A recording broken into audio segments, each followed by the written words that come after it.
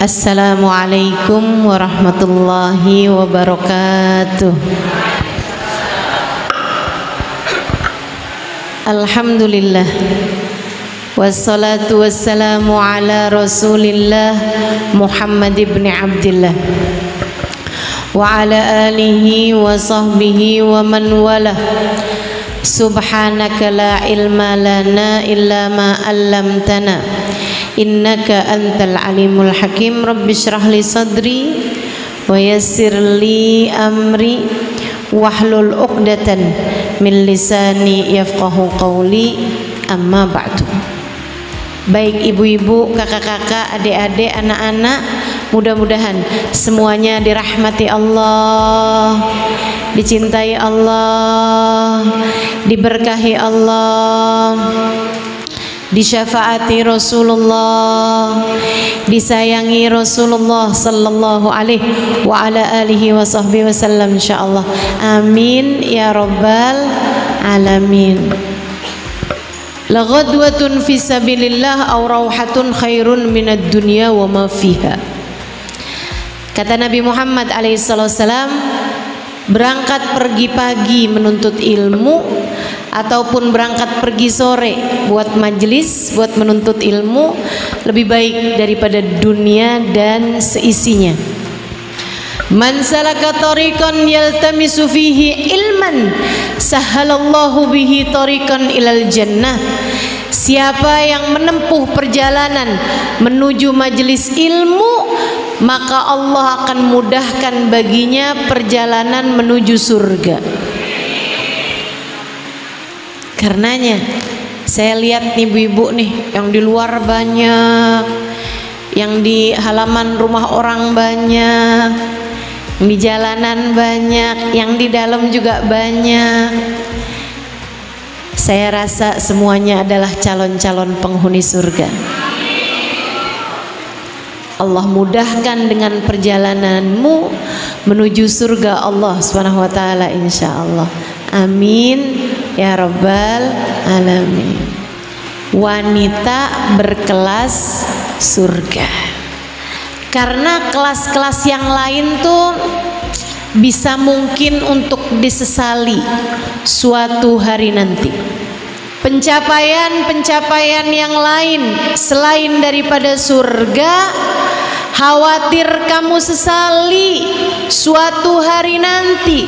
Meskipun saat mencapainya kamu berbangga dengan hal tersebut, tapi jika tidak membawamu menuju ke surga, khawatir jadi bahan penyesalanmu di akhirat nanti. Saudariku sekalian yang saya muliakan, pencapaian berupa harta, wanita berkelas hartawan, wanita berkelas konglomerat misalnya, ada kesenangannya di dunia. Tentu ada kemudahan-kemudahan yang banyak dicapai dengan dunia tersebut. Akan tetapi harta sebegitu banyaknya tak akan bermanfaat apa-apa di saat ajal datang menjemputmu. Kamu tak bisa memundurkan ajalmu dengan hartamu meskipun miliaran jumlahnya. Jangankan untuk negosiasi sama malaikat Israel, jangankan untuk itu, bahkan untuk sekedar menghalangkan gigimu dari tercabutnya, bahkan untuk sekedar menghalangkan satu ubanmu dari rambutmu, hartamu tak dapat melakukannya. Sekedar mencegah biar besok pagi nggak mules, hartamu nggak bisa buat apa-apa. Nggak bisa nyegah dari penyakit, nggak bisa mencegah dari kecelakaan, nggak bisa mencegah dari tumbuhnya uban, nggak bisa mencegah dari tanggalnya gigi. Saudariku sekalian yang saya muliakan, apa yang bisa dibanggakan dari harta yang sejatinya tak dapat berbuat apa-apa di bawah kudrat iradat kekuasaan Allah Subhanahu wa ta'ala. Bahkan maaf, saya harus menyampaikannya padamu. Hartamu seberapapun banyaknya tak bisa menarik hati untuk mencintaimu. Jika hati suami ataupun hati anak jauh darimu, harta sebanyak apapun tak dapat menarik cinta siapapun. Sebab yang mengendalikan hati manusia sejatinya bukanlah dirinya sendiri, apalagi harta. Dialah satu, namanya Allah, yang telah menamakan dirinya Muqallibul Qulub. Dalam doanya Nabi Muhammad banyak berdoa, ya Muqallibal Qulub tsabbit qulubana ala dinik. Wahai zat yang membolak-balik hati, wahai zat yang membolak-balik hati, tetapkanlah hati kami berada dalam keimanan kepadamu. Maka di sisa umurmu, jangan jadikan tujuan pencapaian tertinggimu adalah harta. Di sisa hidup yang kamu punya, jangan jadikan target tertinggimu adalah saldo rekening bank yang sekian. Sebab ia tak akan dapat berbuat apa-apa di dunia sebelum tentu saja ketika kamu masuk ke dalam alam kuburmu, hartamu semuanya akan kamu tinggalkan. Nabi Muhammad bercerita, apabila jenazah dibawa menuju kuburnya, dari rumah dibawa ke kuburan, setelah sebelumnya dibawa ke masjid untuk disolatkan, sesudahnya itu sudah disolati, ia dibawa menuju kubur. Kata Nabi Muhammad, sah, jenazah tersebut akan berteriak, yasma'uhu kullu syai'il tsaqalan, didengar sama semuanya. Teriakan jenazah didengar oleh semuanya, oleh semuanya. Tikus dengar, ular dengar, kucing dengar, semut dengar, illa tsaqalan, kecuali manusia dan jin yang nggak bisa dengar. Sisanya semua dengar dari makhluk-makhluknya Allah Subhanahu wa taala. Apa yang diteriakkan apabila ia adalah jenazah yang tidak baik, yang sepanjang hidupnya berusaha mengumpulkan harta, yang sepanjang hidupnya dia jadikan pencapaian terhadap urusan harta sebagai pencapaian tertinggi yang berhasil dia lakukan, maka jenazah tersebut ketika dibawa menuju kubur, ia berteriak, ya wailakum aina tadhhabuna bi. Hei kalian semua, kalian mau bawa saya kemana? Jangan bawa saya, tolong kembalikan saya ke rumah. Rumah saya besar, baru saja saya renovasi. Balikan saya ke rumah saya. Saya punya baju yang sangat banyak, saya punya kendaraan yang sangat indah. Kembalikan saya ke rumah, kembalikan saya ke rumah saya. Saya belum sanggup untuk berpisah dengannya. Kamukah itu? Kamukah diantaranya wanita yang berkelas harta, yang akan berteriak menyesal sedemikian rupa ketika jenazahnya dibawa menuju ke dalam liang kuburnya? Apabila target akhir, tujuan pencapaian tertinggi kelasnya adalah kelas cinta manusia, Hidupnya dia gunakan untuk bagaimana caranya biar suaminya tidak berpaling hati, biar anak-anaknya mencintai, biar semua orang sayang cinta kepadanya. Apapun dia akan lakukan, bahkan yang haram sekalipun untuk mendapatkan cinta suaminya. Saudariku sekalian yang saya muliakan, orang-orang semacam ini ketika jenazahnya dibawa, mereka akan berkata, ya wailakum aina tadhhabuna bi. Hei kalian semua, kalian mau bawa saya kemana? Kembalikan saya ke rumah. Saya punya anak-anak yang menyayangi saya. Saya punya suami yang mencintai saya. Saya punya tetangga, sahabat, teman yang asik sama saya, yang mereka senang kepada saya. Kembalikan kembali saya kepada mereka. Saya tak sanggup berpisah jauh dari mereka. Kamukah dia orangnya?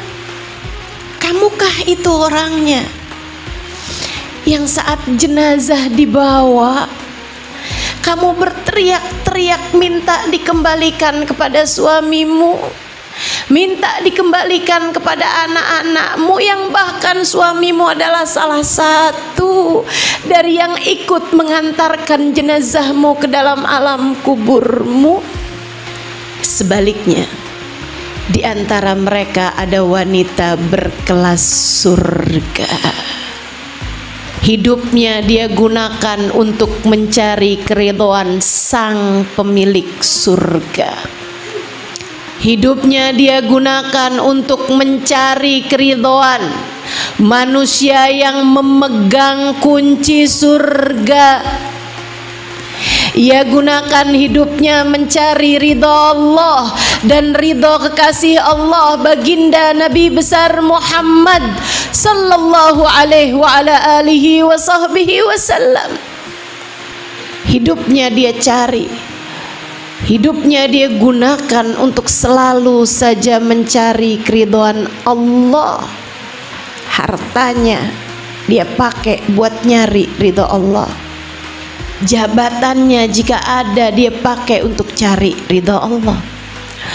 Posisinya sebagai seorang istri ia pakai buat nyari ridha Allah. Allah ridha sama istri yang solehah, ia pun menjadi solehah. Bukan mencari-cari cinta suaminya, ia mencari ridha Allah subhanahu wa ta'ala dan cinta pemiliknya. Ia mencari-cari ridho Nabi Muhammad sallallahu alaihi wasallam yang telah mengatakan, ayyumam ra'atin salat fardaha wa samat syahraha wa ata'at zawjaha faltadkhulil jannah min ayyi babin sya'at. Apabila seorang perempuan sholatnya benar, puasa wajibnya benar, meski tak punya banyak ibadah-ibadah sunnah, tapi dia taat kepada suaminya, tapi dia solehah kepada suaminya, kelak di akhirat nanti ia boleh masuk surga dari pintu manapun yang dia inginkan. Ia ingin masuk dalam hadis itu, sehingga ia pun bersabar menjadi seorang istri yang solehah. Ia pun bersyukur menjalani posisinya sebagai istri, menjadikannya posisi membuat dia berkelas surga hingga nanti di akhirat ketika dia diperkenankan memilih masuk surga dari pintu manapun, ia akan memilih pintu surga yang di sana ada Nabi Muhammad sallallahu alaihi wa ala alihi wa sahbihi wasallam. Wanita berkelas surga ini ketika jenazahnya dibawa menuju kubur, ia pun akan berteriak. Akan tetapi teriaknya bukan teriakan penyesalan, Akan tetapi teriakannya bukan teriakan minta ditunda atau dikembalikan. Justru sebaliknya, teriakannya adalah teriak kebahagiaan. Teriakannya adalah teriak karena tak sabar. Ia berkata, asri'u bi ila jannati rabbi rahman ghaira ghadban. Hei semuanya, cepat bawa jenazah saya. Ayo cepetan, buruan bawa saya, cepat bawa saya, cepat. Saya sudah tak sabar lagi. Ila jannati rabbi, saya ingin menuju surga Allah Tuhanku Rahman ghaira ghadban. Dia sangat menyayangiku dan dia tidak pernah murka padaku. Kamukah orangnya itu? Kamukah orangnya itu? Seorang wanita berkelas surga yang hidupnya dia gunakan mencari ridha Allah Subhanahu wa ta'ala. Ketika ia bersuami, ia menjadi istri yang solehah. Ketika ia tidak bersuami atau belum bersuami, dia gunakan posisinya sebagai seorang hamba Allah yang solehah. Ia gunakan waktunya, hartanya, tenaganya untuk mencari ridha Allah Subhanahu wa ta'ala Tuhannya. Merekalah yang tak akan pernah menyesal hidupnya, dunia, saat kematian, juga saat berada di dalam alam kubur, saat mahsyar, saat lewat jembatan, hingga mereka kelak akan memasuki surga tanpa hisab, tanpa azab. Semoga Allah menjadikan kita salah satu di antaranya. Amin ya rabbal alamin. Saudariku sekalian yang saya muliakan, Nabi Muhammad menceritakan tentang gambaran-gambaran, contoh-contoh wanita berkelas surga atau pemimpin-pemimpin wanita berkelas surga yang kita sebagai wanita diminta untuk mencontoh dan meneladani salah satu di antara mereka. Kata Nabi Muhammad, nisaul jannah arba'ah. Perempuan surga itu ada 4. Artinya perempuan pemimpin wanita-wanita surga ada 4 orang. Kamu contoh dah salah satu di antaranya. Seolah Nabi Muhammad berkata semacam itu. Asiyah bintu Muzahim. Asiyah putrinya Pak Muzahim. Asiyah istrinya Fir'aun. Gambaran tentang seorang istri yang soleha, yang sabar terhadap kejahatan, kezaliman, kesembronoan, kearoganan yang dimiliki oleh suaminya. Ketika Allah SWT menjadikan Asiyah sebagai permisalan bagi wanita mukminah, saya merasa subhanallah, Allah ngasih contoh mentok amat ya. Allah ngasih contoh puncak sekali, udah nggak mungkin ada yang lebih daripada itu gitu. Kayak Allah ngasih contoh udah juaranya, juara kesabaran seorang istri. Karena bagaimanapun kamu mau mengeluhkan, mengadukan tentang suamimu seperti apapun, pasti suamimu nggak Fir'aun amat. Asiyah telah mengajarkannya kepada kita bahwa tak bergantung suamimu siapa, wanita yang mulia, wanita yang solehah akan tetap menjadi mulia, akan tetap menjadi solehah siapapun suaminya. Wanita yang solehah akan tetap solehah siapapun suaminya. Gimana saya mau jadi baik Ustazah, suami saya aja kayak gitu?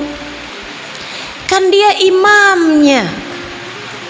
Saya nggak pernah ada dapat satu keterangan, wallahu a'lam, tapi saya nggak pernah dapat satu keterangan yang menunjukkan bahwa suami itu imam, bahwa laki-laki kalau sholat itu harus menjadi imam bagi perempuan. Itu betul, bahwa perempuan harus taat kepada suaminya selagi tidak membawa kepada kemaksiatan dan dosa-dosa, itu betul. Tapi bahwa seorang istri itu harus jadi makmum suaminya, kalau suaminya jahat ya istrinya juga jadi jahat gitu. Makmum kan begitu. Makmum kalau imamnya ke kanan kan dia mesti ke kanan, kalau imamnya ke kiri mesti ke kiri. Teman-teman saya sekalian, enggak begitu. Allah pun memberi percontohan Asiyah imra'atu Fir'aun. Asiyah istrinya Fir'aun, suaminya Fir'aun, dia tetap saja solehah. Tiap kali dia merasa sedih, rumah tanggaku tak selayak rumah tangga orang lain, karena suaminya Fir'aun bukan hanya arogan, bukan hanya sombong semena-mena, karena suaminya Fir'aun bukan hanya sekedar diktator, keras hati, keras ucapan, keras pemikiran, bukan, melainkan merasa dirinya sebagai Tuhan. Bahkan termasuk Asiyah dimintanya juga untuk beribadah kepadanya, buat sujud. Asiyah nggak mau. Setiap kali Asiyah nggak mau, kabarnya teman-teman, Asiyah tuh disiksa, dinaikkan di atas tempat tidur dari besi, di bawahnya dinyalakan api. Bukan main-main. Tiap kali dia merasa kepedihan yang dialami, Asiyah mengangkat tangannya dan berkata, Rabbibnili indaka baitan fil jannah. Rabbibnili indaka baitan fil jannah. Ya Allah, bangunkanlah untukku sebuah rumah di sisimu di dalam surgamu. Seolah Asiyah mengatakan, ya Allah, hidup di dunia nggak seneng-seneng amat, nggak apa-apa deh ya Allah, yang penting tar di akhirat. Dunia kan sebentar ya Allah, akhirat yang kekal. Kalaupun saya tak dapat berbahagia di dunia, bahagiakanlah saya di akhirat nanti. Bangunkanlah untuk saya rumah tangga yang menyenangkan di sisimu, di surgamu nanti ya Allah. Begitu doanya Asiyah. Maka Bu, Kak, Dek yang pada punya suami yang sabar, ngadepin suami yang sabar. Ada saatnya ia sedang keras, ada saatnya hatinya sedang lelah, ada saatnya ia sedang sangat ingin dipuja, dipuji, ada saatnya ia sedang ingin berbuat sesuatu hal yang kurang menyenangkan kepadamu, marah-marah, ngomel-ngomel misalnya. Tiap kali begitu, yang sabar, yang sabar, yang sabar. Insya Allah, nggak apa-apa. Hidup memang begitu, nggak apa-apa. Kok saya punya suami nggak kayak suaminya orang ya? Ya iyalah, masa mau sama? Ya nggak sama. dah pasti. Tapi kamu harus tahu satu hal, tak ada satupun rumah tangga yang tak diuji. Terutama buat adik-adik nih, jangan kamu berpikir cepetan nikah aja nih, biar saya keluar dari rumah, biar saya nggak jadi beban keluarga. Kamu dari awal niatmu udah salah. Kamu nggak mau jadi beban keluarga, terus kamu mau jadi beban suami gitu, perpindahan beban. Tidak ada rumah tangga yang tak diuji. Tak ada rumah tangga yang tak diuji. Saya ulangi, tak ada rumah tangga yang tak diuji. Semuanya diuji. Jangan sok-sok merasa kamu yang paling menderita. Jangan sok-sokan merasa saya adalah istri yang paling merana. Enggak. Kamu bukan satu-satunya. Tilkal ayyam nudawiluha bainan nas. Hari di atas muka bumi ini kayak roda, kata Allah, kami puter-puterin begitu aja. Semua yang terjadi padamu pernah juga terjadi kepada orang-orang sebelummu. Pilihlah jalan yang terbaik. Tiap kali diuji, jawablah soal-soal ujian tersebut dengan cara yang paling indah, dengan cara yang paling Allah inginkan. Tetaplah menjadi hamba Allah yang solehah. Iya nih ustazah, suami sedang berpaling hati kepada janda di ujung jalan sana. Apa yang harus saya lakukan? Sebenarnya kalau suami sedang hatinya berpaling darimu, dari istrinya, berpaling kan berarti kepada yang tidak halal baginya. Itu sebenarnya lebih ujian dia loh daripada ujian kamu. Yang sedang diuji tuh dia, bukan kamu. Tapi kamu emang suka memikirkan hal-hal yang di luar kendalimu. Baiklah, kalau kamu menganggap itu sebagai ujianmu, bahkan menganggapnya sebagai ujian terbesar dalam kehidupanmu, ku sampaikan padamu, ketika hati suami diuji dengan mencintai wanita yang lain, Bu, Kak, Dek, Allah sedang menginginkan hatimu untuk kembali kepadanya. Saya sering sampaikan, ketika Allah menjadikan hatimu patah dari selain Dia, itu adalah karena Allah hendak menarikmu kembali kepadanya. Seolah-olah Allah berkata, lihat, kamu cinta suamimu, mengecewakan bukan? Sebab hanya cintakulah yang akan tak pernah mengecewakanmu. Yang kamu cintai manusia sih, berbolak-balik hatinya. Hatinya bahkan berada dalam genggamanku. Kenapa tidak kamu cari cintaku saja? Aku akan memuliakanmu.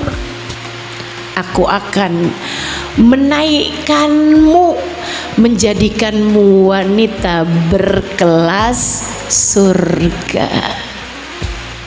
Jadi yang dituju Allah dengan segala ujian adalah hatimu.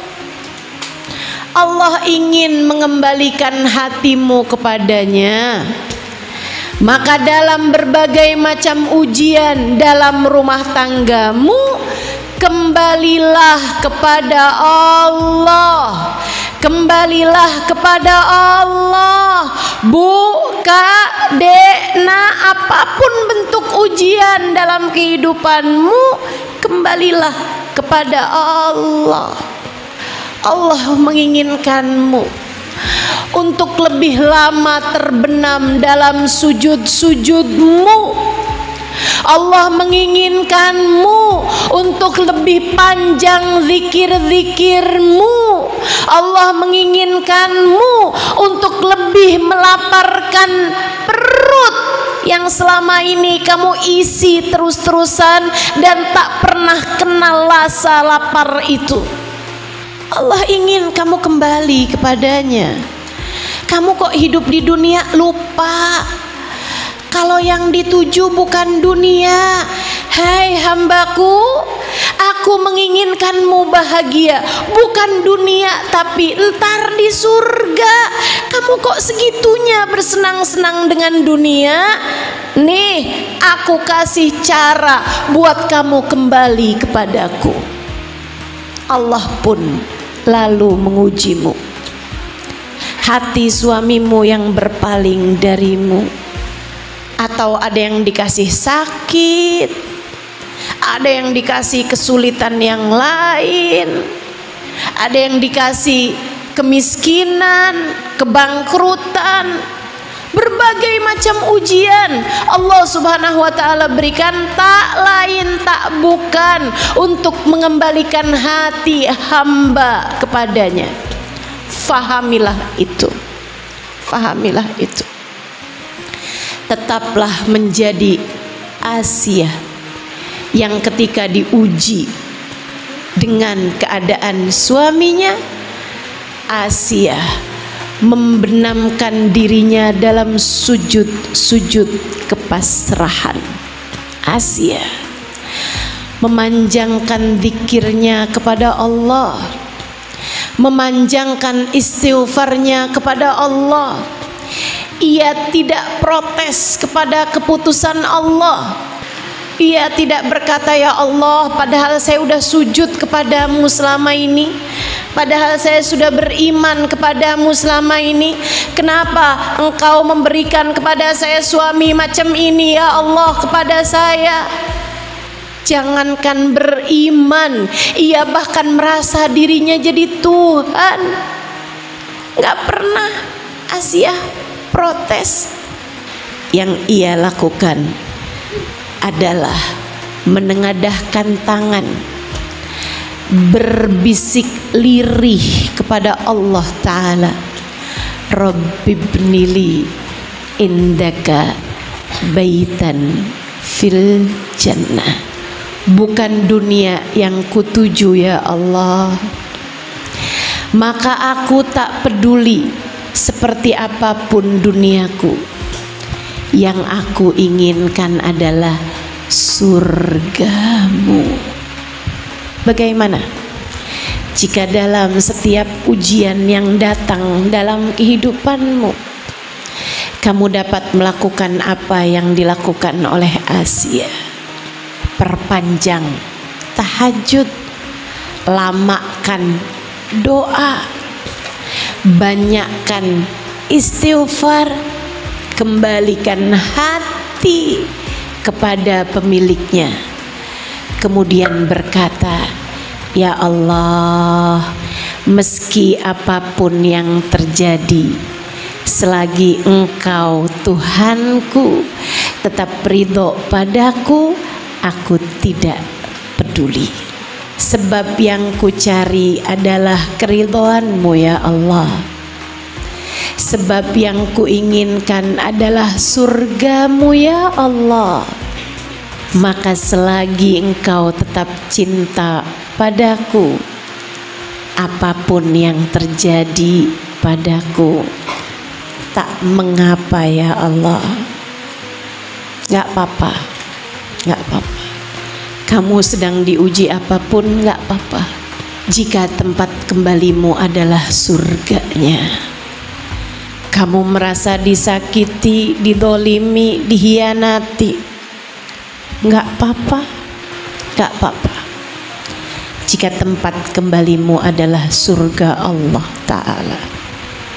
Dengarkan ucapan saya, teman-teman saudariku sekalian, sebab saya menyampaikannya kepadamu dengan sepenuh hati saya, cinta kepadamu, umat Nabi saya cinta kepadamu, sayang padamu. Dengarkan ucapan dari seseorang yang menyayangimu ini. Lupakan urusan orang-orang lain yang berkata tidak sama dengan ucapan saya ini. Karena yang saya sampaikan adalah sesuatu yang sudah diajarkan oleh Nabimu Muhammad sallallahu alaihi wasallam, manusia yang paling sayang kepadamu. Apapun yang terjadi, enggak apa-apa jika membuatmu lebih dekat dengan surga. Ingat-ingetin ucapan saya. Kalau lagi kamu sedih, kalau lagi kamu takut, kalau lagi kamu gelisah, sampaikan pada hatimu, wahai hati, enggak apa-apa. Asal Allah tetap ridho, wahai diri, enggak apa-apa. Asal kita tidak terhalang dari surganya, semua enggak apa-apa. Insya Allah. Asiyah bintu Muzahib wa Maryam ibnata Imran. Kata Nabi Muhammad, wanita surga ada 4, pemimpin wanita surga yang kalian sebaiknya meneladaninya, terutama bagi kalian kaum perempuan. Wanita surga ada 4. Yang pertama Asiyah istri Imran, yang kedua Maryam bintu, yang pertama Asiyah istri Fir'aun, kemudian yang kedua Maryam bintu Imran. Maryam anaknya Nabi Imran yang Allah sebutkan dalam Al-Quran, dalam surat Maryam, juga dalam Al-Imran. Keluarganya Imran, istrinya Hanna dan juga putrinya Maryam. Seorang wanita yang terjaga. Jika kamu merasa, Ustazah temanya wanita berkelas surga, tapi yang Ustazah bahas urusan suami istri mulu, enggak kok Dek.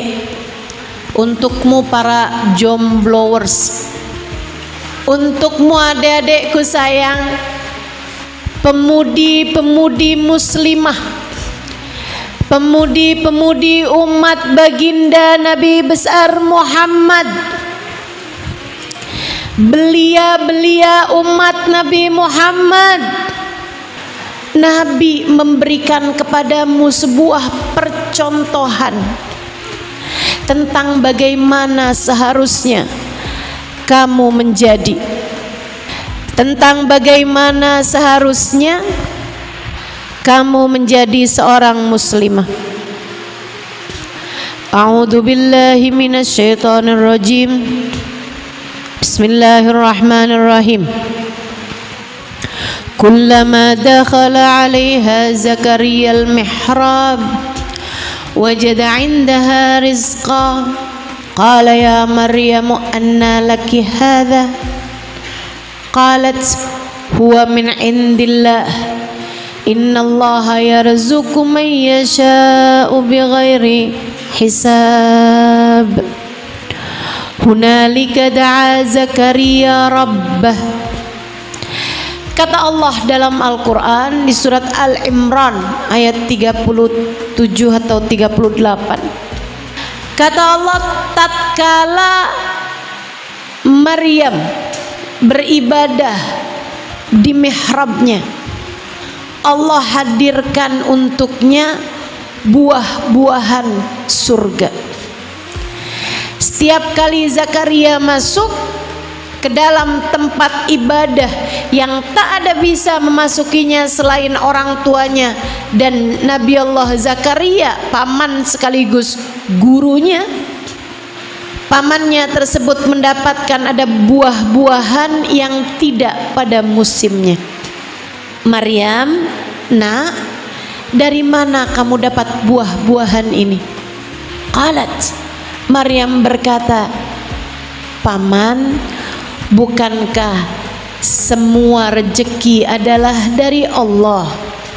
Allah memberikan rezeki dari arah yang tidak disangka-sangka dan tanpa ada hisabnya. Tapi bagaimana cara kamu mendapatkan buah ini, wahai Maryam?" Karena ia bahkan tidak pada musimnya. Kata Sayyidah Maryam, "Aku hanya sedang ingat buah tersebut.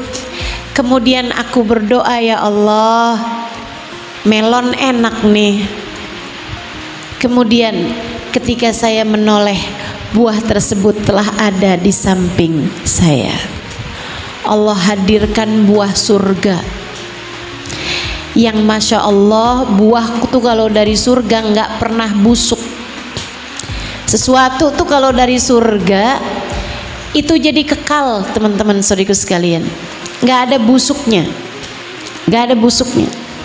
Kalau buah nih, saya kemarinan ada jalan ke daerah mana tuh, Binuang. Saya ketemu ada buah yang nggak pernah saya temuin di Jakarta. Saya pikir, wah, jangan-jangan buah dari surga. Warnanya merah-merah, bundar-bundar. Karenanya orang Kalimantan Selatan kayaknya males mikir dikasih nama buah bundar. Manis, enak. Saya bawa tuh ke hotel.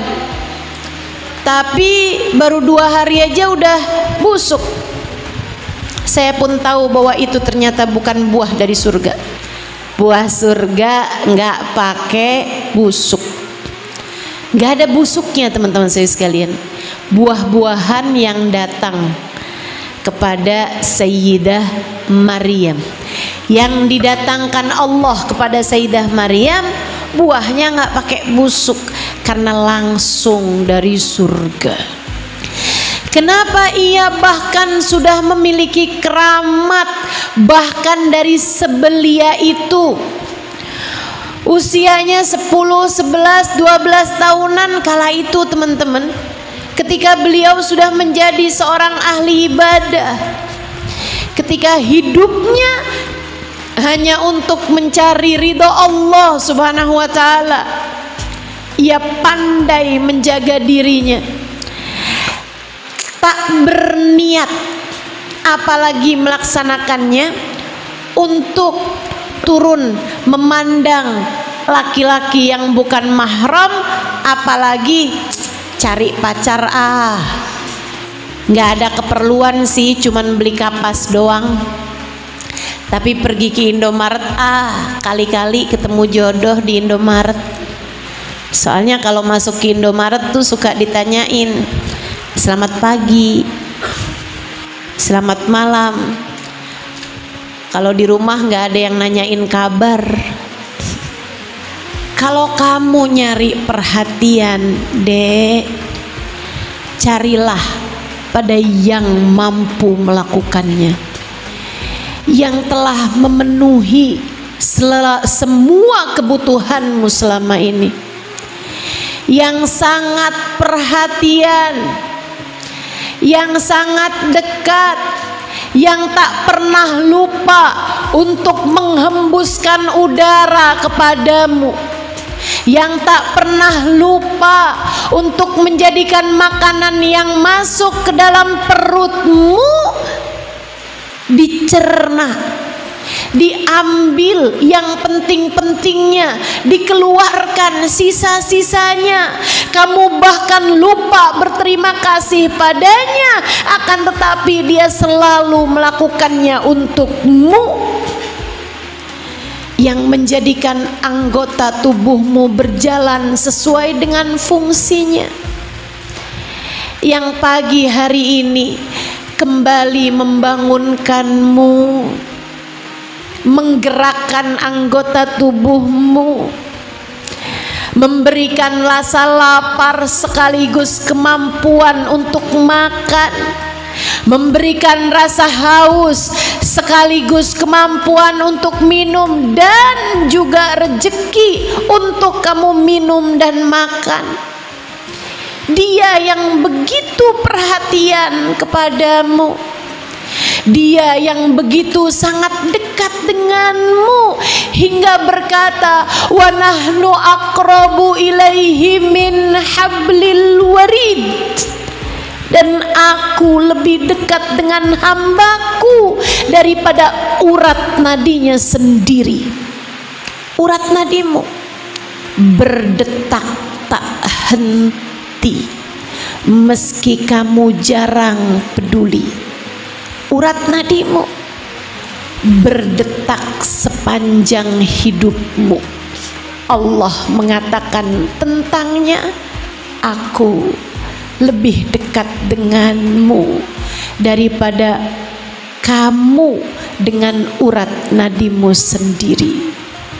Dek, kenapa cari perhatian dari yang jauh-jauh?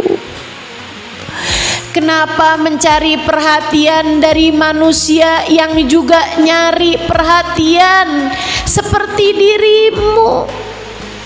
Kalau ada yang kamu mau cari cintanya, carilah cintanya Allah. Dialah pemilik semua perhatian yang ada di atas muka bumi ini. Kalau ada yang kamu inginkan, inginkanlah Allah. Apalagi mengingat fakta, kamu kalau naksir orang, orangnya belum tentu. Kamu kalau jatuh cinta sama seseorang, orangnya belum tentu punya rasa yang sama.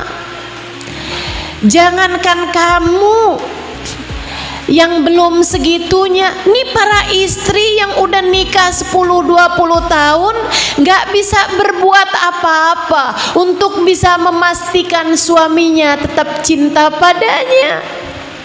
Betul?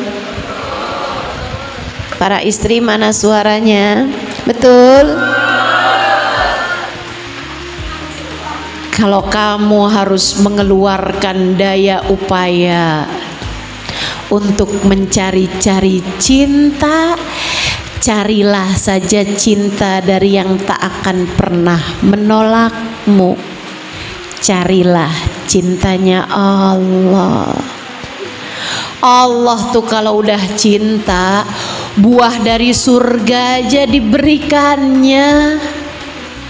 Allah kalau udah cinta kepada seorang hamba yang memastikan hati hambanya tersebut hanya untuknya, jangankan sekedar urusan dunia yang remeh-temeh, jangankan sekedar hal-hal yang dapat diusahakan oleh orang lain, buah-buahan surga yang sepertinya tidak masuk akal untuk turun ke bumi, Allah Subhanahu wa ta'ala turunkan hanya demi hati seorang wanita belia agar ia tidak kecewa. Biar Maryam gak sedih, lagi kepengen melon, datengin deh melonnya. Seolah begitu Allah. Dari surga loh ini Allah datangkan. Gampang aja bagi Allah. Kamu jangan berpikir, ya tapi itu kan Maryam. Saudariku sekalian, as-sakibaki, Allahnya tetap satu juga. Dia yang bisa memberi kepada Maryam, Dia pun dapat memberikannya kepadamu. Tentu bukan buah surga yang seharusnya kamu minta kepada Allah, melainkan cinta dan perhatian darinya. Ampunan, kasih sayang, kamu memerlukannya. Tentu kamu memerlukannya. Daripada kamu mau minta buah surga, jauh lebih baik kamu minta saja surganya sekalian, biar kamu jadi wanita berkelas surga. Tapi jelas caranya, jadilah wanita yang pandai menjaga dirinya. Kalau kamu ingin jadi wanita berkelas surga, maka jadilah wanita yang berkelas sewaktu hidup di dunia. Bukan jadi wanita yang murahan, sekedar pengen dapat transferan. Kamu sampai menghalalkan segala cara, mau tangannya dipegang, mau wajahmu dipegang-pegang. Murah sekali dirimu itu, hanya untuk sekedar mendapatkan transferan yang tak seberapa. Mau-maunya kamu ngechat, apa kabar sayang? Saudariku sekalian yang saya muliakan, adik-adik semuanya, jangan dek, jangan jadi wanita yang murahan. Sebab sejatinya kamu tidak begitu. Kamu umat Nabi Muhammad. Nabi Muhammad telah menjadikanmu berkelas. Bahkan bukan main-main. Kelasmu adalah surga di barisan-barisan pertama. Bahkan seluruh umat, dari umat-umat yang terdahulu, tak akan diizinkan masuk surga sebelum masuknya umat Nabi besar Muhammad. Umat-umat yang terdahulu, ibadah mereka seperti apapun juga, tak ada yang bisa masuk surga sebelum dirimu. Jika kamu sampai dengan mati tetap menjadi umat Nabi Muhammad sallallahu alaihi wasallam. Jadilah umat yang berkelas. Kelasmu adalah surga Allah Ta'ala. Maryam kemudian diuji Allah, karena tak bisa naik kelas tanpa diuji tentu saja. Dikirimkanlah oleh Allah Subhanahu wa Ta'ala malaikat Jibril menyerupai basyaron sawiyya, sesosok manusia yang sangat tampan rupawan. Allah tuh ngasih ujian buat remaja. Allah tahu persis ujiannya harus berupa apa. Karenanya dek, kalau lagi ada cowok ganteng mendekatimu, ini dia ujiannya. Pilihlah jalan seperti Sayyidah Maryam jika kamu ingin menjadi wanita yang berkelas surga. Saudariku sekalian yang saya muliakan, Allah utuskan buat Sayyidah Maryam cowok ganteng. Tapi sih kalau saya pikir-pikir nih, ujian berupa cowok ganteng kayaknya nggak hanya datang zaman sekarang kepada remaja deh. Para istri juga banyak nih yang diuji dengan satu cowok ganteng perhatian yang tiba-tiba ngecat, apa kabar, inget saya nggak? Saya teman kamu lagi zaman SMA. Saudariku sekalian yang saya muliakan, ujian-ujian datang dalam kehidupan kita sebagai seorang wanita. Allah Subhanahu wa Ta'ala telah memberikan jalan keluarnya, cara ngadepinnya, udah dikasih contohnya sama Allah. Nih ada hambaku perempuan, kamu kalau datang ujian yang seperti ini, jadilah sepertinya, yang kayak dia inilah yang paling aku cintai. Maryam fa'arsala ilaiha basyaron sawiyya. Aku utuskan kepada Maryam saat ia sedang sendirian dalam mihrabnya, dalam tempat ibadahnya, berzikir memuji Allah, beribadah kepada Allah, beristighfar mohon ampunan kepada Allah, meskipun dosa-dosanya tak seberapa, bahkan nyaris tak ada. Ia sedang khusyuk ibadah kepada Allah. ketika tiba-tiba datanglah sesosok laki-laki yang sangat cakep rupawan wajahnya. Laki-laki muda. Apa kata Maryam? Inni a'udzu birrahmani minka in kunta taqiyya. Aku berlindung kepada Allah darimu. Pergilah jauh-jauh jika kamu adalah seorang yang bertakwa. Kayak begitu tuh. Kamu kalau datengin cowok ganteng, a'udzubillahi minasyaitonirrajim gitu. Gimana? Bisa? Insya. Ya kalau kamu ngomongnya nggak usah keras-keras, dalam hati aja. A'udzubillahi minasyaitonirrajim. Tapi ganteng nih, a'udzubillahi minasyaitonirrajim. Tapi dia kelihatannya soleh, a'udzubillahi minasyaitonirrajim.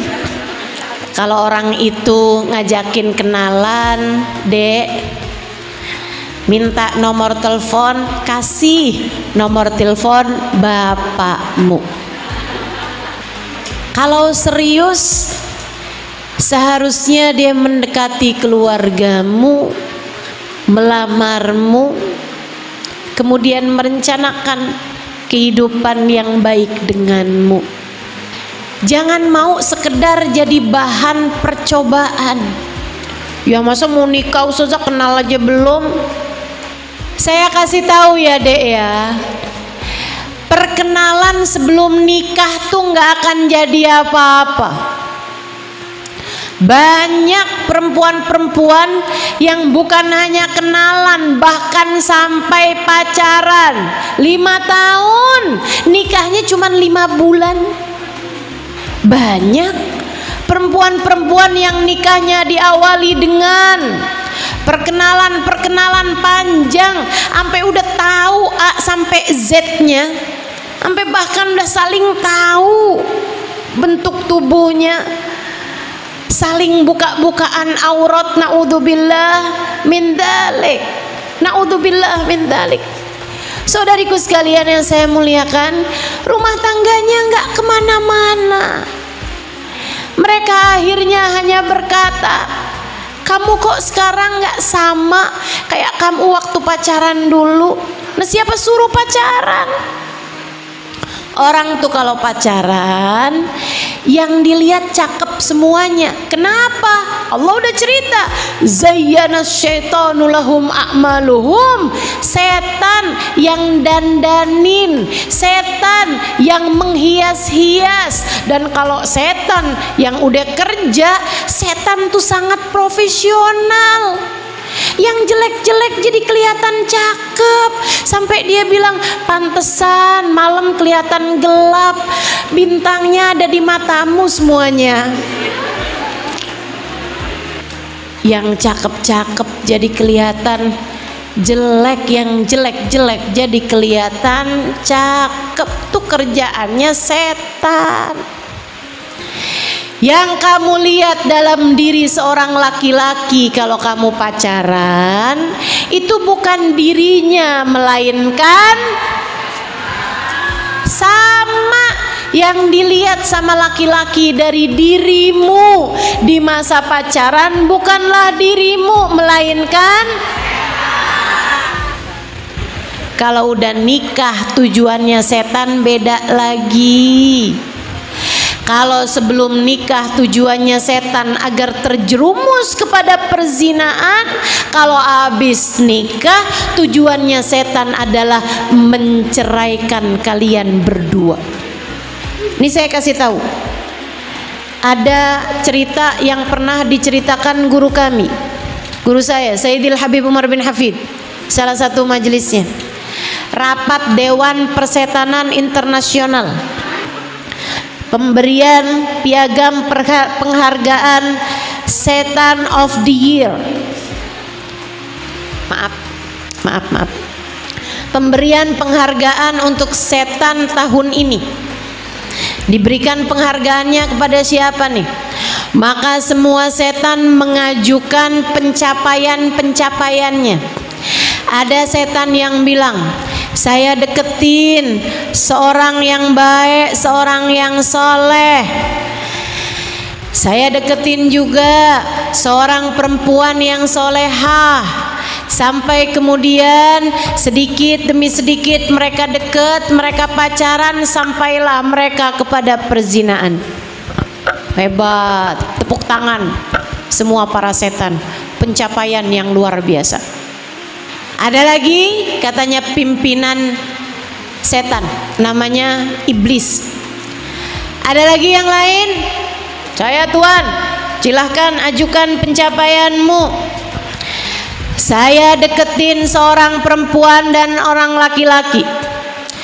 Mereka asalnya hidupnya baik, soleh, solehah, sholat nggak tinggal, puasa nggak tinggal, sedekah banyak. Kemudian saya jadikan hartanya sedikit-sedikit berkurang, kebangkrutan di sana, kebangkrutan di sini, tapi mereka nggak mau berubah gaya hidupnya, akhirnya hutang sana sini tanpa berniat membayar. Mereka terjatuh kepada riba. Hebat, hebat nih, hebat setan yang ini.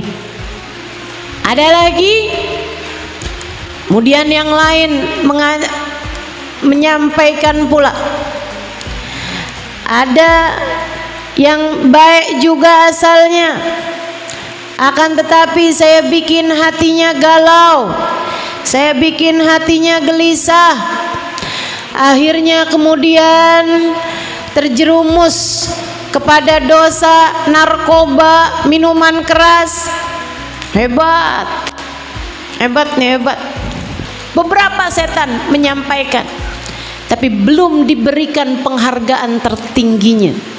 Sampai kemudian satu setan mengatakan, saya Tuhan, saya deketin hati seorang suami yang semula sangat mencintai istrinya. Saya deketin hati seorang istri yang semula sangat mencintai suaminya. Saya letakkan dalam hati keduanya kecemburuan. Saya letakkan pada hati keduanya kebencian. Hingga yang satu mencurigai yang lain, yang satu mencemburui yang lain, yang satu bilang kamu tuh gak pernah perhatian sama saya, itu masalahnya. Yang satu lagi bilang kamu tuh ngaca, selama ini kamu yang kurang perhatian kepada saya. Keduanya bertengkar hebat hingga sang suami mengatakan, kalau begitu saya udah gak tahan lagi hidup sama kamu, kita bercerai. Katanya iblis, maka hadiah pencapaian tertinggi aku sampaikan kepadamu, wahai setan yang telah memisahkan suami dari istrinya, memisahkan istri dari suaminya. Kita nggak nyangka kan, plot twist nih teman-teman saya sekalian, yang udah bisa bikin orang mabuk, yang udah bisa bikin orang riba, yang udah bisa bikin orang bahkan membunuh sekalipun, kalah sama pencapaian setan yang bisa bikin suami istri bercerai. Ingat-ingat ucapan saya teman-teman saudaraku sekalian, ingat-ingat ucapan saya, biar kamu jadi perempuan gak gampang-gampang minta cerai sama suami. Karena suami itu kadang-kadang, kenapa memang hak cerai itu adanya hanya pada suami, istri enggak? Karena kalau istri dikasih hak cerai, udah dari hari keberapa kayaknya suaminya udah dicerai itu. Kayaknya tuh kalau istri bisa dapat hak cerai, enggak 3 kali cerai yang diperkenankan, tapi 100 kali cerai juga tetap boleh balik. Gampang banget istri itu menceraikan suaminya. Dia ngomong kasar dikit, cerai nih. Kita senyum, dia nggak senyum, cerai nih. WhatsApp nggak dibalas-balas, cerai nih. Telepon nggak diangkat-angkat, kemana nih? Saya ceraikan aja dia. Masya Allah, Masya Allah, Masya Allah. Yuk belajar punya hati yang terjaga. Yuk pinter-pinter jadi perempuan. Yuk pinter-pinter ngalahin godaan setan. Yuk belajar terus jadi hamba Allah Subhanahu wa ta'ala yang solehah. Kenapa wahai tuanku iblis, hadiahnya kamu berikan kepada setan yang berhasil memisahkan suami dari istri, menceraikan istrinya? Kenapa begitu? Kata iblis bilang, karena dosa yang lain mudah untuk disesali dan ditaubati, sementara dosa perceraian nyaris tak ada sesiapapun yang mentaubatinya. Orang tuh kalau habis ngebunuh, habis menipu, bahkan habis riba sekalipun, habis utang tuh sering nyesel. Walaupun ya nyesel selalu datang belakangan. Kalau di awal namanya pendaftaran. Tapi itu dosa yang lain tuh banyak nyeselnya, ada kemungkinan besar nyeselnya. Bahkan dosa korupsi, dosa maling itu juga nyesel biasanya. Walaupun kadang-kadang nyeselnya pas udah ketangkep sama KPK. Tapi teman-teman saya sekalian, dosa perceraian nih jarang orang sesali. Betul? Biasanya malah yang ada ambisi. Yang laki buru-buruan cepetan kawin lagi. Yang perempuan juga emang dia doang yang bisa, saya juga. Langsung dandan lebih cantik, langsung penampilan lebih menarik, langsung obral foto di Instagram, kerjaannya selfie mulu. Buat nyari laki-laki di luaran sana yang bahkan kadang dia nggak peduli laki-lakinya sudah beristri. Iya, terjadikah itu di Banjar? Saudariku sekalian yang saya muliakan, belum lagi kalau mereka udah pada dikaruniai anak. Kita kadang lupa suami istri bercerai, korbannya adalah anak-anak. Jangan, yuk belajar buat pinter jaga diri. Itu setan kalau lagi belum nikah usahanya menjatuhkan keduanya dalam jurang namanya zina. Kalau udah nikah usahanya setan menjatuhkan mereka pada jurang yang gak kalah dalamnya namanya perceraian. Itu sebabnya Nabi Muhammad tuh sampai nyabarin kita perempuan, jangan sampai gampang-gampang minta cerai. Sampai Nabi Muhammad ngancem, kata Nabi Muhammad, ayyumamra'atin talabat min zawjihat talaq la tashum raihatal jannah. Perempuan kalau berani-berani minta cerai kepada suaminya, nggak bakalan nyium bau surga. Baunya aja nggak nyium, gimana masuknya? Padahal baunya surga sudah tercium dari sejak 500 tahun perjalanan. Ini surganya masih ada di Surabaya. Itu baunya udah keciuman nih dari Banjarmasin. Saudariku sekalian yang saya muliakan, jangan sampai kamu berharap jadi wanita berkelas surga jika bahkan kamu mendapatkan ancaman dari Nabi Muhammad tidak akan mencium aroma surga. Yuk yang sabar, pandai-pandailah menjaga diri, kuat-kuatkan hati dari godaan. Insya Allah. So ikut sekalian, kayak Maryam ini digangguin sama laki-laki, didatengin sama laki-laki, rupawan wajahnya, badannya bagus, mukanya cakep, cakep banget. Inni a'udzu birrahmani minka in kunta taqiya. Aku berlindung kepada Allah. Jauh-jauh sana, jauh-jauh sana. Jangan deketin saya. Saya berlindung kepada Allah. Ya Allah, lindungilah saya. Ya Allah, lindungilah saya dari siapapun yang tidak halal bagi saya. Itu yang harus kamu lakukan. Ketika seorang laki-laki tidak halal siapapun itu mendekatimu. Setuju? Ingat-ingat ucapan saya ya Dek. Ingat-ingat terus ucapan saya ya Nak. Ingat-ingat terus ucapan saya Kak, Bu, siapapun kamu. Kalau ada laki-laki tak halal mendekatimu, ucapkan seperti yang diucapkan Sayyidah Maryam. Ya Allah, lindungi saya ya Allah, lindungi saya ya Allah. Jauhkan saya dari yang tidak halal dari saya ya Allah. Lindungi saya ya Allah. Lindungi saya ya Allah. Begitu.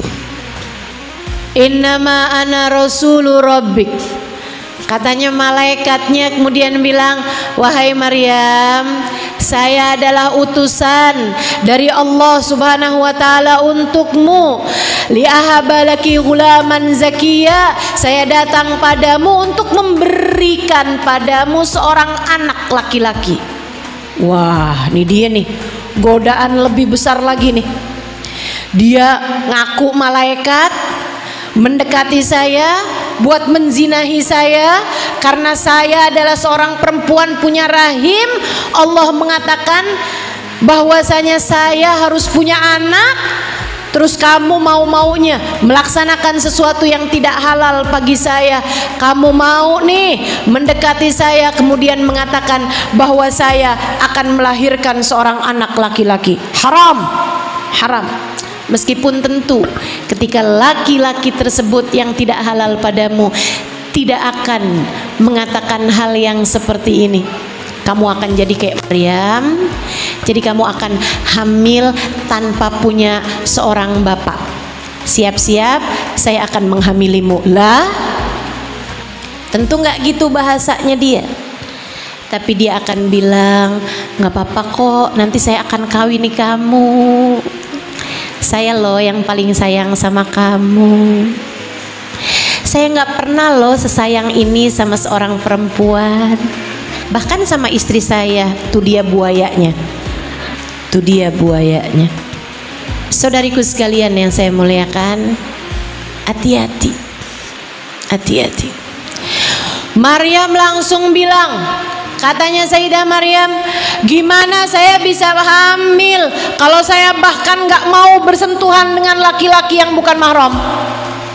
Saya adalah seorang perempuan yang menjaga diri. Saya gak mau deket-deket sama yang gak halal bagi saya. Saya gak akan mau ngerjain yang haram-haram. Tentu wahai Maryam, saya adalah utusan Allah kepadamu. Kamu tidak bersentuhan denganku. Saya hanya akan meniup dari arah tempat saya berdiri ini apa yang Allah hadiahkan bagimu. Bersiaplah.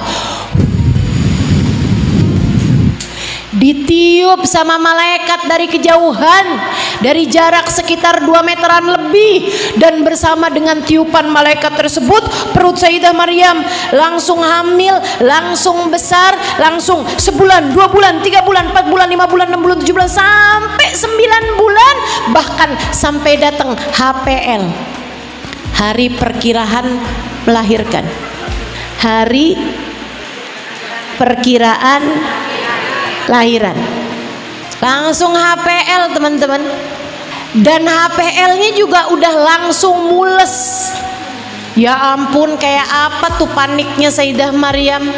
Saya rasa sih kepanikanmu sebagai seorang perempuan gak akan pernah sampai kepada kepanikannya Sayyidah Maryam. Bersama dengan itu, Maryam yang panik, tahu bahwa urusannya adalah antara dia sama Allah.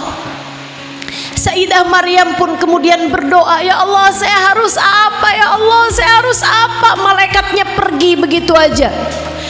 Maryam pun juga nggak minta pertanggungjawaban dari itu malaikat. Yang bener aja ente, jangan pergi dulu loh. Ini nih kan ulah kamu nih yang bikin saya jadi langsung hamil 9 bulan semacam ini. Saya mesti kayak gimana coba? Saya mesti kayak gimana? Nggak gitu. Sayyidah Maryam segera turun minta petunjuk pada Allah. Wahai Maryam, pergilah ke arah timur. Sayyidah Maryam segera bergerak ke arah timur sampai perutnya kemudian sudah mau melahirkan. Ia pun udah mulai sakit, mulai pembukaan. Sayyidah Maryam segera berlari sampai kemudian ia mendapati sebuah pohon. Udah waktunya melahirkan. Di bawah pohon kurma, Sayyidah Maryam di tempat yang sangat jauh dari orang-orang. Ia pun menahan sakitnya melahirkan tanpa ibunya, tanpa ayahnya, padahal mereka adalah orang soleh-soleh yang diharapkan bersama dengannya. Ujian memang akan disesuaikan dengan tingkat keimanan dan tingkat kedekatan di sisinya. Ya kalau kuliah tentu ujiannya bukan ujian anak SD. Kalau dia sekolah di tingkatan yang tinggi, nggak mungkin ujiannya sama orang yang di bawah-bawah. Saudariku sekalian, melihat kisah-kisah kehidupan wanita-wanita berkelas surga membuat kita tahu bahwasanya kita pasti akan dapat menjalani ujian kita dengan cara yang terbaik, insya Allah. Allah udah kasih tahu caranya. Baliknya sama Allah aja, baliknya sama Allah aja. Kembalikan dirimu hanya kepada Allah. Deketnya sama Allah aja, nggak usah cinta ditolak dukun bertindak, nggak usah. Kembalilah kepada Allah aja. Seperti yang tadi saya sampaikan, segala macam ujianmu, benamkan wajahmu dalam sujud panjangmu. Apapun ujianmu, panjangkanlah lagi zikirmu, panjangkanlah lagi istighfarmu, panjangkanlah lagi munajatmu, banyakkanlah solat-solatmu, banyakkanlah solawat-solawatmu. Gak ada cara lebih indah daripada itu. Ya laitani mittu qabla hadza wa kuntu nasyam mansiya. Sayyidah Maryam, remaja perempuan ini, saudariku sekalian, saat ia tengah merasakan sakitnya melahirkan, ia berkata, ya laitani mittu qabla hadza wa kuntu nasyam mansiya. Ya Allah, saya nggak mau deh jadi tanda kekuasaan-kekuasaanmu yang dapat melahirkan tanpa pernah disentuh seorang laki-laki. Kayaknya mendingan saya mati aja deh ya Allah, saya mati aja deh ya Allah. Saya jadi seorang yang dilupakan begitu aja lebih ringan bagiku daripada ujian seberat ini ya Allah. Fanadaha min tahtiha alla tahzani. Maka Allah memanggil dari arah bawahnya. Subhanallah. Allah bahkan menjadikan yang bisa didengar Sayyidah Maryam datangnya dari arah bawahnya Sayyidah Maryam, bukan dari arah atas. Kenapa gitu? Nih, kayak ibu lagi ngibur anaknya. Kalau ibu tersebut itu ngerasa anaknya yang bikin salah, biasanya ibu akan bilang, lihat mama, lihat mama. Dia akan minta anaknya mendongakkan kepalanya kalau dia merasa anaknya yang berbuat salah. Tapi kalau seorang ibu hendak menghibur anaknya, anaknya habis tampil di sebuah pentas tapi salah-salah diketawain, dibully, anaknya lagi merasa sedih, anaknya lagi bilang, mama saya nggak berhasil ma. Ibunya akan menunduk, kemudian dari arah yang lebih bawah dari anaknya, dia akan berkata, "Nggak apa-apa sayang, jangan sedih." Allah berlaku begitu buat Sayyidah Maryam, seorang perempuan sepertiku, sepertimu. Betapa ketika seseorang meraih derajat yang tinggi di sisi Allah, Allah akan berbuat apapun untuknya. Fanadaha min tahtiha, Allah memanggil dari arah bawahnya, "Wahai Maryam, jangan sedih." Allah bahkan gak bilang, "Maryam yang sabar, yang kuat. Maryam yang sabar, yang kuat." Gak gitu. Allah bilang, "Maryam jangan sedih, jangan sedih." Betapa kesedihan dari seorang perempuan yang punya nilai di sisi Allah. Ia besar di sisi Allah hingga Allah tak tega melihatnya bersedih hati, hingga Allah tak tega melihatnya galau. Ketika Maryam berkata, "Saya mendingan mati aja deh ya Allah, saya mati aja deh daripada kayak gini ya Allah."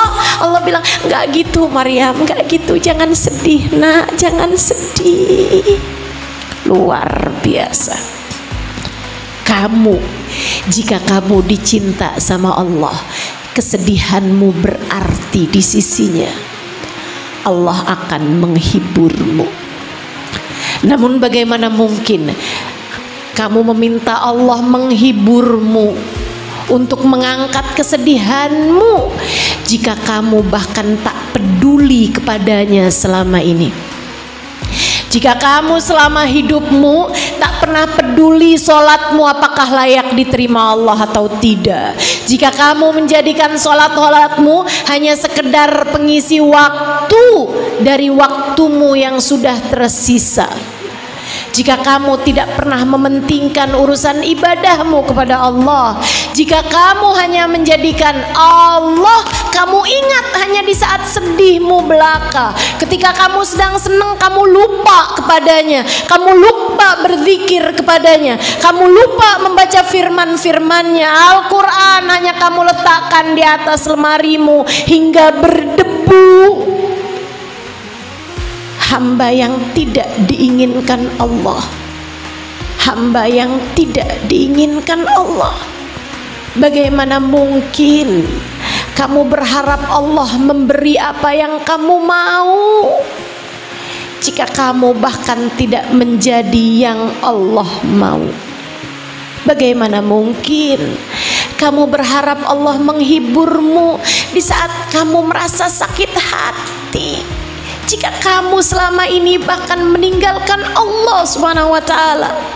Kamu begitu peduli hanya kepada suamimu, hanya kepada rasa hatinya. Begitu kamu melihat suamimu berpaling hati, kamu bilang, "Ya Allah, betapa sakit hati saya, ya Allah, suami saya telah meninggalkan saya." Dan kamu berharap Allah peduli padamu. Bisa jadi Allah malah akan berkata, "Kamu sakit karena suamimu meninggalkanmu. Betapa selama ini kamu telah meninggalkanku." Saudariku sekalian yang saya muliakan, belajarlah lagi, belajarlah lagi. Kita masih punya PR yang tak sedikit. Kerjakanlah terus PR-mu dalam kehidupan.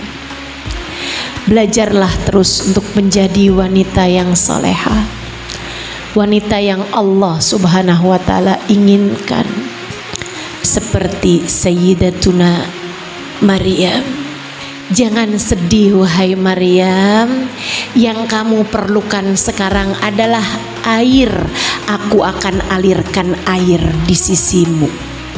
Qaja'ala rabbuki tahtaki Saria. Allah alirkan air segera. Sehingga Sayyidah Maryam begitu melahirkan, ia pun membersihkan sendiri anak yang keluar dari rahimnya tersebut, kemudian melakukan apa yang seharusnya ia lakukan. Kekuatannya habis. Yang ia perlukan sekarang selain air adalah makanan. Allah berkata padanya, wahuzzi ilaiki bijid'in nakhlah tusaqit alaiki rutuban janiya. Wahai Maryam, gerakanlah saja pohon itu, nak, Allah akan segera turunkan untukmu buah-buahan kurma yang siap dimakan. Padahal buah kurma tuh kalau diturunkan dari pohonnya itu masih keras, untuk jadi rutop perlu berhari-hari, teman-teman. Tapi Allah buat hambanya yang dicinta, apa sih yang enggak? Buat hambanya yang dicinta, apa sih yang enggak? Apapun Allah berikan padanya. Cuman satu aja, bagaimana menjadi hamba yang Dia cinta. Itu PR saya, itu PR kamu. Di sisa hidup yang kita punya, berusahalah untuk menjadi wanita yang layak dicinta oleh Allah Subhanahu wa ta'ala. Subhanallah. Udah melahirkan, udah makan, udah minum, udah kuat tenaganya, Sayyidah Maryam bilang, ya Allah, ntar kalau ditanyain orang-orang tuh anaknya siapa, gimana dong ya Allah? Maryam, bilang aja kamu puasa ngomong. Maryam, bilang aja biar anakmu yang bicara. Maryam pulang. Orang-orang pada bilang, hah, Maryam bawa anak nih, Maryam bawa anak nih. Fitnah apa yang lebih kejam daripada itu, teman-teman? Maryam, kami nggak nyangka kamu ternyata seorang pelacur. Padahal ibumu baik, padahal ayahmu seorang nabi. Bisa-bisanya kamu jadi seorang pelacur semacam ini, Maryam. Maryam dikerumunin sama orang-orang. Maryam merunduk, gemeteran. Ya Allah, saya harus gimana ya Allah? Saya harus gimana ya Allah? Siapa ayah dari anak ini, wahai Maryam? Mereka berkumpul di sekitar Maryam. Sayyidah Maryam fa'asyarat ilaih. Sayyidah Maryam memberi isyarat kepada anak tersebut. Kemudian sang bayi berusia beberapa jam dari kelahirannya ini, ia menjawab, Ana Abdullah, saya adalah hambanya Allah. Bayinya bisa berbicara dengan begitu fasih. Dialah Isa bin Maryam, Sayyidina Isa, Nabi Allah, salah satu dari Rasul yang wajib kita imani dan merupakan salah satu dari ulul azmi, nabi-nabi yang punya tingkat tertinggi di sisi Allah Subhanahu wa ta'ala. Sayyidina Maryam, Ruhullah. Saudariku sekalian yang saya muliakan, jadilah wanita yang terjaga seperti Sayyidah Maryam. Jauhi diri dari dosa-dosa, termasuk dosa-dosa di hatimu itu. Kalau lihat laki-laki yang gak halal, jangan pernah mikir, coba ya dia yang jadi suami saya. Dahlah, siapapun suamimu, itu yang Allah berikan padamu, itu yang paling sesuai untukmu, untuk menaikkan keimananmu, untuk mendekatkanmu kepada Allah. Yang ketiga, katanya Nabi Muhammad SAW, wanita berkelas surga Khadijah bintu Khuwailid, istri Nabi Muhammad. Dari Sayyidah Khadijah kita belajar tentang memiliki hati mencintai Allah lebih daripada segalanya. Mencintai Allah lebih daripada segalanya. Beliau bahkan menikahi Nabi Muhammad bukan karena berharap Nabi Muhammad akan tetapi berharap ridha Allah, seperti yang pernah diucapkannya beberapa hari sebelum pernikahannya dengan Nabi Muhammad. Wahai Muhammad, aku menikahimu bukan karena kamu tampan rupawan, meskipun itu iya. Aku menikahimu bukan karena wajahmu yang rupawan itu, wahai Muhammad. Aku menikahimu bukan karena kamu masih muda, badanmu masih segar, meskipun itu iya. Aku menikahimu, wahai Muhammad, bahkan bukan karena akhlakmu yang begitu rupawan, meskipun itu iya. Aku menikahimu bukan karena kamu adalah seseorang yang dijuluki Al-Amin, yang dapat dipercaya dan tidak pernah berkata kebohongan, meskipun itu iya. Aku menikahimu, wahai Muhammad, karena aku kira kamu akan diutus oleh Allah sebagai nabi umat ini. Aku berharap menjadi istrinya hingga aku dapat menguatkanmu di saat waktu itu tiba.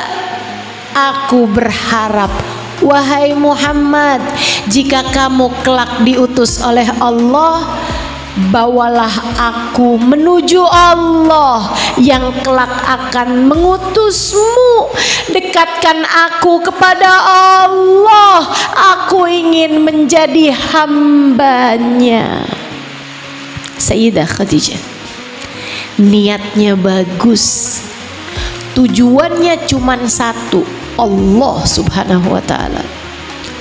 Dia mencintai Allah lebih dari segalanya.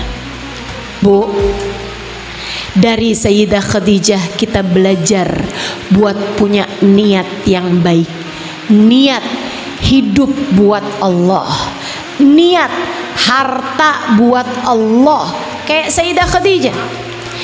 Sayyidah Khadijah itu wanita paling kaya pada zamannya, setara ratu. Uangnya bukan main-main jumlahnya. Dia pakai semuanya buat Allah. Dia pakai semuanya buat Allah subhanahu wa ta'ala. Sampai di masa bertahun sesudah kenabiannya Nabi besar Muhammad sallallahu alaihi wasallam, Sayyidah Khadijah habis semua hartanya. Ia harus tinggal di sebuah rumah pengasingan yang seringkali mengganjal perutnya dengan lapar, sampai harus berjalan bermil-mil buat sekedar mencari daun-daunan hijau pengganjal lapar yang beliau rasakan. Sampai tubuhnya hanya tersisa kulit berbalut tulang. Sampai usianya yang waktu itu belum tua-tua amat, terlihat jauh lebih tua daripada yang semestinya. 65 tahun usianya kala meninggal dunia. Saudaraku sekalian yang saya muliakan, di saat-saat semacam itu Nabi pernah berkata, wahai Khadijah, aku malu padamu. Kamu dulu kaya raya, sekarang buat sekedar makan aja nggak ada. Kamu dulu dimuliakan oleh kaummu, sekarang sampai kayak gini nih Khadijah. Aku malu padamu, dulu kamu cantik jelita Khadijah, sekarang hanya tinggal tulang berbalut kulit belaka. Terlihat lebih tua daripada usia yang semestinya. Maafkan aku Khadijah. Mengalir air mata Nabi berkata semacam ini kepada istri tercintanya. Sayyidah Khadijah berkata, jangan pernah merasa begitu wahai Rasulullah. Sejak aku menikah denganmu, tak pernah berkurang rasa hatiku. Sejak aku menikah denganmu, aku telah menjadikan hidupku, hartaku, tenagaku, waktuku, perhatianku, bahkan nyawaku, hidup matiku, aku persembahkan untuk Allah dan untukmu wahai Rasulullah. Beliaulah wanita berkelas surga. Semua kesenangannya buat Allah, bukan malah minta Allah ngasih kesenangan. Ya Allah senengin saya, Allah ya Allah kasih saya harta yang banyak. Ya enggak, hartanya buat Allah. Itu dia wanita berkelas surga. Apapun yang kamu punya, adik-adik yang suaranya bagus, niatin suaramu buat Allah dan Rasulnya. Yang pada punya harta, niatin hartamu lillah wali rasulih, buat Allah dan Rasulnya. Banyak orang-orang fakir miskin, kasih. Banyak anak-anak yang pinter-pinter pengen sekolah tinggi-tinggi, gak punya biayanya, biayain. Banyak pondok pesantren, dakwah-dakwah para ulama-ulama yang perlu dana, sampaikan lillah wali rasuli, buat Allah dan bagi Rasulullah sallallahu alaihi wasallam, untuk agama Allah, untuk agama Allah. Dari Sayyidah Khadijah kita belajar menata hati lebih baik untuk menjadikan apapun yang kita punya untuk Allah dan Rasulnya. Nggak pernah nyesel, nggak akan nyesel teman-teman saudaraku sekalian. Semuanya akan Allah berikan, termasuk sebuah kabar gembira bagi Sayyidah Khadijah. Saat Nabi Muhammad lagi ada di dalam gua Hira, beberapa tahun sesudah kenabian, Nabi masih sering naik-naik ke gua Hira. Sayyidah Khadijah yang merasa rindu kepada suaminya, beliau pun kemudian bikin makanan kesukaan Nabi Muhammad, beliau masak, kemudian beliau bawa makanan tersebut naik ke gua Hira. Saat-saat beliau sedang berusaha naik ke gua Hira, tertatih-tatih karena usianya sudah tidak lagi muda saat itu, udah nikah aja kan umur 40 tahun. Sesudah Nabi Muhammad dapat kenabian kan 10 tahun kemudian, artinya umur beliau di atas 50 tahun kala itu, udah hampir 60-an tahun naik ke gua Hira. Saya aja waktu naik ke gua Hira umur saya berapa tahun yang lalu lah, saya naik gua Hira 40 tahunan itu ya, itu aja udah ngos-ngosan luar biasa. Ini Sayyidah Khadijah di atas 50-an tahun kala itu teman-teman sekalian. Masya Allah, beliau naik dengan tertatih-tatih, penuh cinta kepada Allah dan Rasulnya. Allah memandangnya dengan penuh cinta hingga diutusnya malaikat Jibril. Nabi Muhammad sedang sholat, begitu salam malaikat Jibril bilang, wahai Rasulullah, sata'ti ilaik Khadijah, sebentar lagi Khadijah akan datang padamu. Idza ja'at, apabila Khadijah nanti datang wahai Rasul, sampaikanlah, dengarkan, sampaikanlah Allah berkirim salam padanya. Seorang wanita kayak kita juga, Allah bahkan berkirim salam kepadanya. Disampaikan oleh malaikat terbaiknya Jibril. Salam tersebut disampaikan lewat manusia terbaiknya Nabi besar Muhammad. Allah berkirim salam kepadamu wahai Khadijah, kata baginda kita Nabi besar Muhammad, wa yubashiruki, dan Allah memberikan kabar gembira bahwasanya untukmu sudah dibangunkan sebuah rumah di surga, di dalamnya tak terdapat kelelahan ataupun air mata. Wahai Khadijah, tak mengapa berlelah-lelah di dunia, sebab Allah sudah siapkan untukmu sebuah rumah di surga, dibangun di atas batu permata. Kalau kamu merasa bangga dengan sedikit batu permata yang kamu punya, ketahuilah batu permata itu adalah rumah Sayyidah Khadijah kelak di surga. Batu batanya terdiri dari batu-batu permata. Betapa sangat indahnya kemuliaan seorang wanita ketika ia bernilai di sisi Allah, wanita berkelas surga. Dan yang terakhir Sayyidah Fatimah Zahra. Belajarlah dari Sayyidah Fatimah dan Sayyidah Khadijah juga tentang mencintai Nabi Muhammad lebih besar daripada cinta kita terhadap apapun dan siapapun dari manusia. Kamu kalau cinta sama orang boleh, tapi jangan lebih besar dari cintamu kepada Allah, jangan lebih besar dari cintamu kepada Rasulullah. Biar kamu nggak ngelanggar aturan Allah, biar kamu nggak melanggar aturan Rasulullah.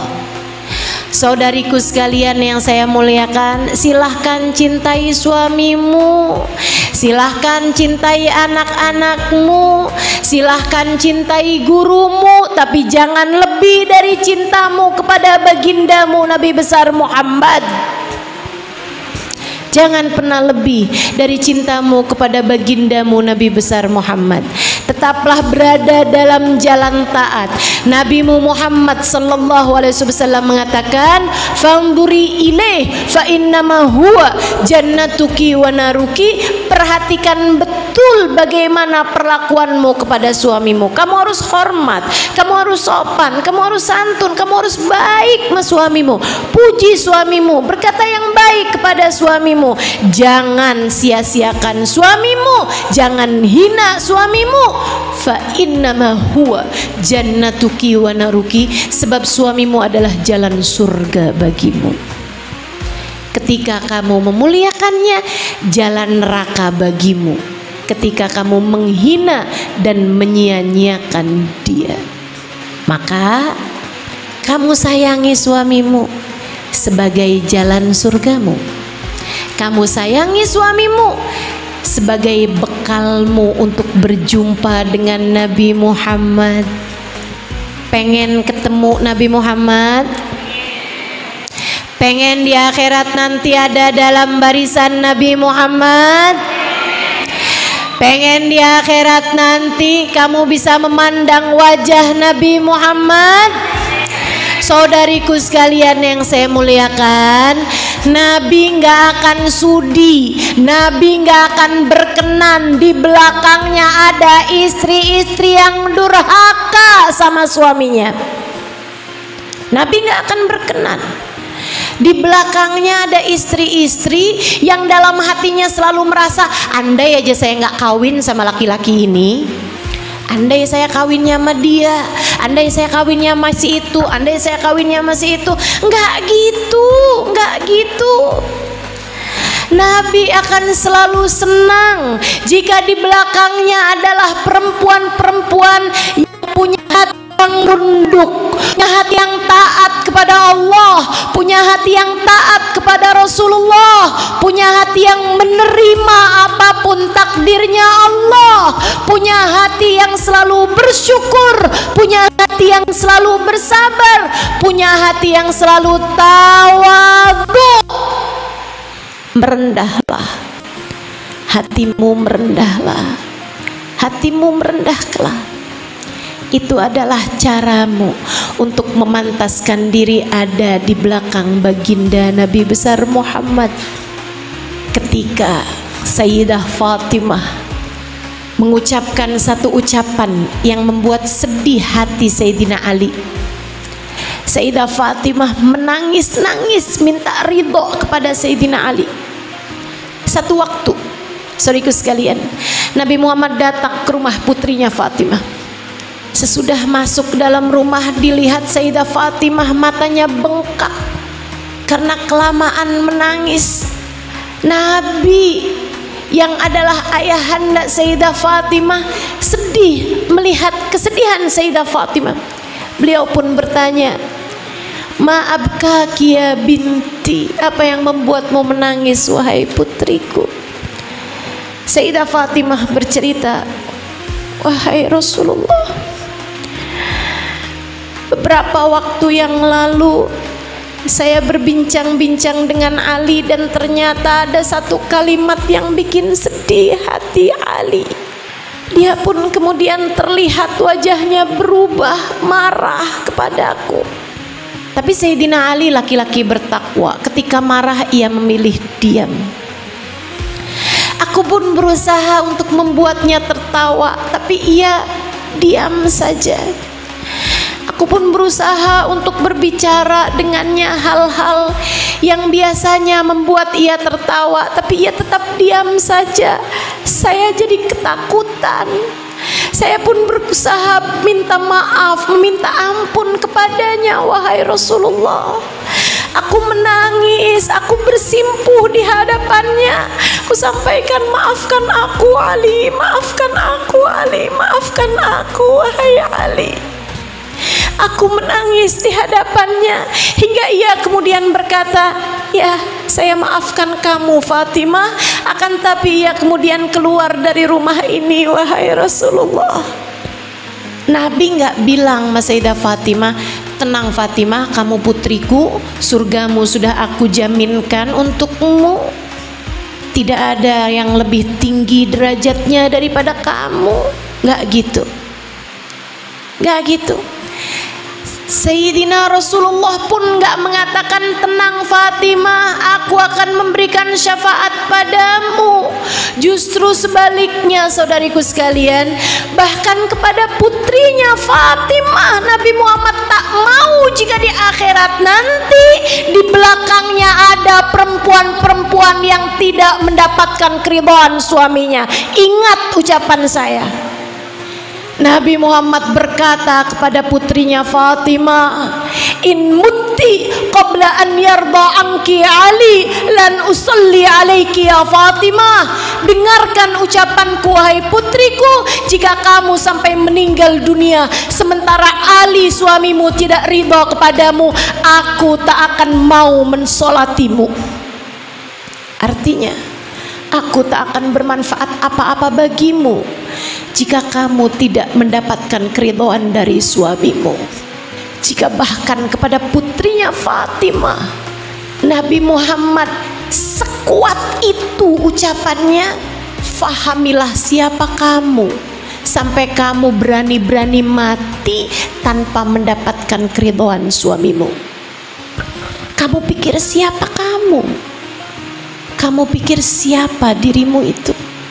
Sampai berani-beraninya untuk membiarkan suamimu marah kepadamu tanpa kamu berusaha untuk meminta keridhaannya.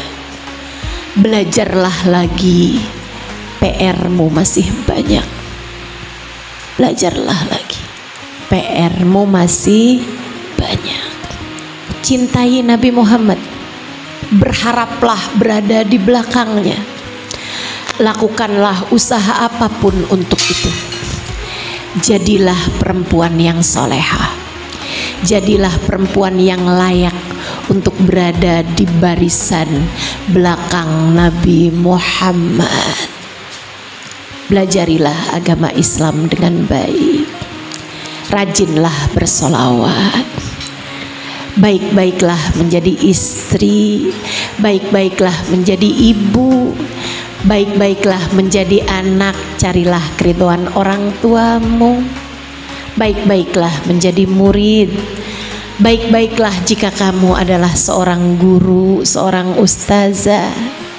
Kerjakanlah apapun yang terbaik yang dapat kamu lakukan sebagai umat Nabi Muhammad sallallahu alaihi wasallam.